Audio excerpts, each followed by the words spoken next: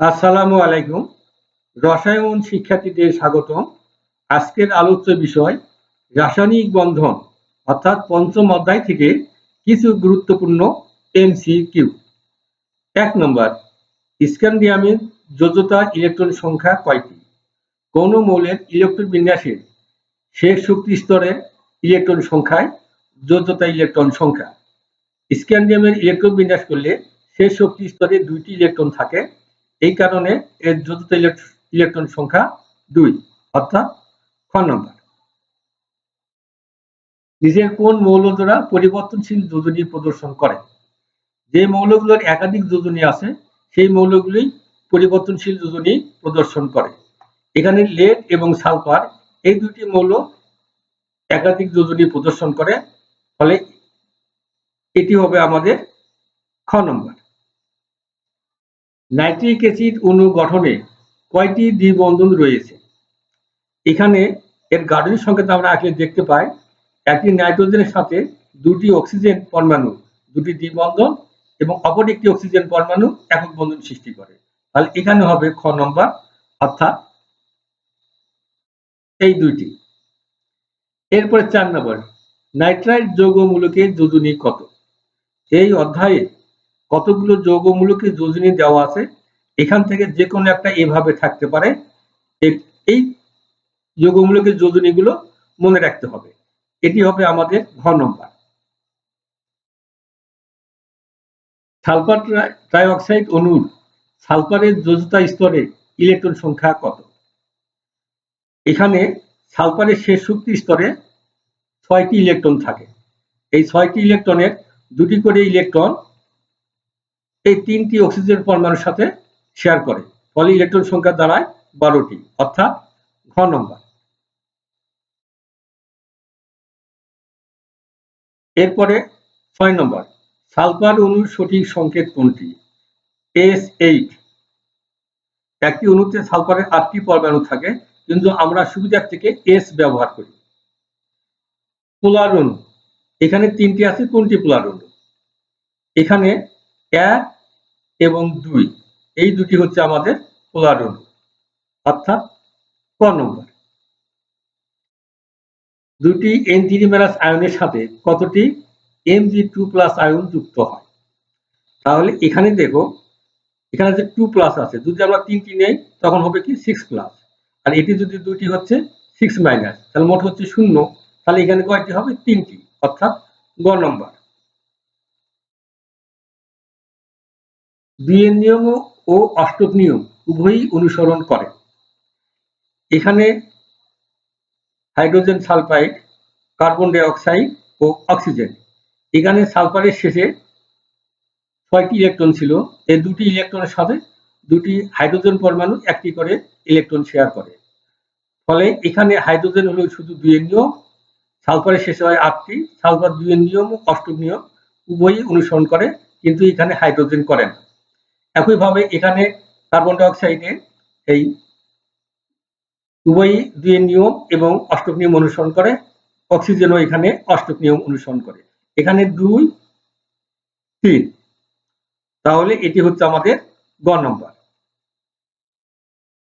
কোনটির মধ্যে দুর্বল ভ্যান ডার ওয়ালস শক্তি বিদ্যমান? সমযোজী যৌগগুলোর মধ্যে ভ্যান ডার ওয়ালস শক্তি বিদ্যমান। এখানে সমযোজী যৌগ হচ্ছে হাইড্রোজেন ক্লোরাইড, অর্থাৎ খ নম্বর। অ্যামোনিয়াম ফসফেটের পরমাণুর সংখ্যা কত? এটি হলো ২০টি।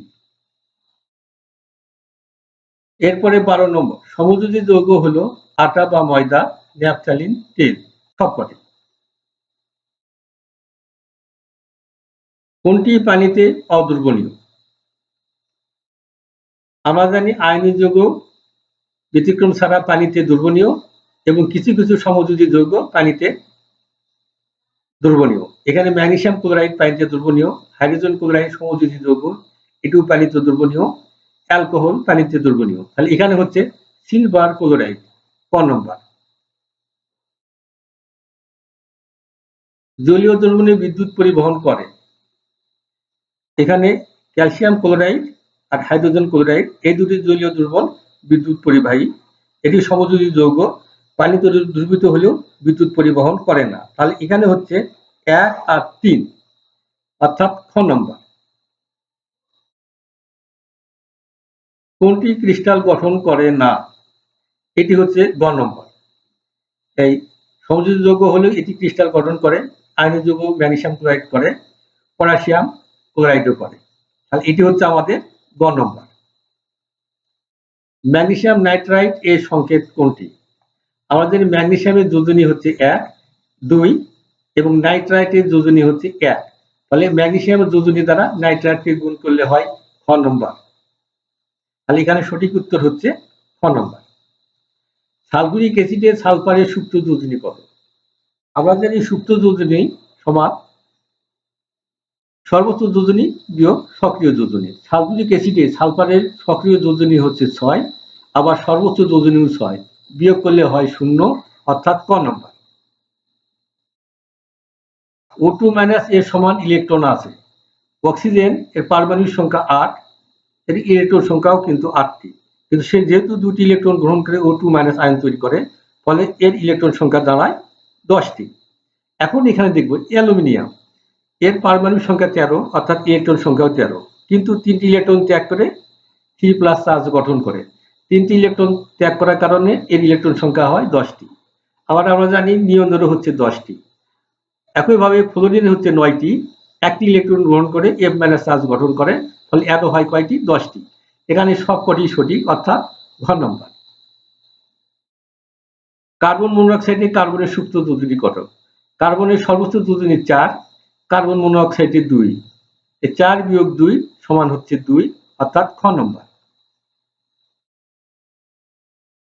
মুক্তজোড় ইলেকট্রন সমান, এখানে দেখব আমরা নাইট্রোজেনের যোজ্যতা স্তরে 5টি ইলেকট্রন ছিল, এর মধ্যে 3টি ইলেকট্রন 3টি ক্লোরিন পরমাণুর সাথে শেয়ার করে, ফলে এখানে এক জোড়া মুক্তজোড় ইলেকট্রন থাকে। এখানে সালফার ডাই অক্সাইড, এর শেষে ছিল 6টি ইলেকট্রন, তার মধ্যে 2টি অক্সিজেন পরমাণুর সাথে 2টি করে 2 করে মোট 4টি শেয়ার করে, ফলে এখানে এক জোড়া মুক্তজোড় ইলেকট্রন থাকে। তাহলে এখানেও এক জোড়া, এখানেও এক জোড়া। এখন পানির ক্ষেত্রে দেখব, এখানে অক্সিজেনের শেষে ছিল 6টা, তার মধ্যে 2টির সাথে 2টি হাইড্রোজেন শেয়ার করে 4টি, অর্থাৎ 2 জোড়া এখানে মুক্ত থাকে। তাহলে এখানে হচ্ছে কি সমান, যেহেতু 1 ও 2, অর্থাৎ ক নম্বর। ধাতব খণ্ডের যোজ্যতা স্তরে ইলেকট্রনগুলো কক্ষপথ থেকে বের হয়ে মুক্তভাবে বিচরণ করে, সঠিক। নির্দিষ্ট পরমাণুর অধীনে থাকে, এটি সঠিক নয়। ইলেকট্রন সাগরের সৃষ্টি করে, এটিও সঠিক। তাহলে 1 আর 3, অর্থাৎ খ নম্বর। কোনটি ত্রিযোজী যৌগমূলক? ফসফেট, ঘ নম্বর। নিচের তথ্যের আলোকে 23, 24 ও 25 নং প্রশ্নের উত্তর দাও। এখানে এক্স মোলের পারমাণবিক সংখ্যা 16, এটি দেওয়া আছে ইলেকট্রন বিন্যাস। আমরা জানি সালফারের ইলেকট্রন বিন্যাস হচ্ছে এটি, তাহলে এক্স মূলটি হচ্ছে সালফার। হাইড্রোজেন সালফাইড যৌগে সালফারের যোজনী কত? তাহলে এটি হচ্ছে 2 নং, 2। আবার সালফারের সুপ্ত যোজনী কত? সালফারের সর্বোচ্চ যোজনী হচ্ছে 6, এখানে কার্যকর যোজনী হচ্ছে 2, বিয়োগ করলে 4, অর্থাৎ গ নম্বর।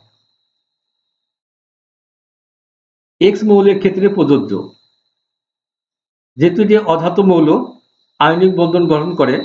যখন ধাতব মৌলের সাথে যুক্ত হয় তখন আয়নিক বন্ধন গঠন করে, অধাতব মৌলের সাথে যুক্ত হয়ে সমযোজী যৌগ গঠন করে। আবার সালফারের যোজনী 2, 4, 6, অর্থাৎ সালফার পরিবর্তনশীল যোজনী প্রদর্শন করে। এখানে সবকটি সঠিক, অর্থাৎ ঘ নম্বর। সকলকে ধন্যবাদ।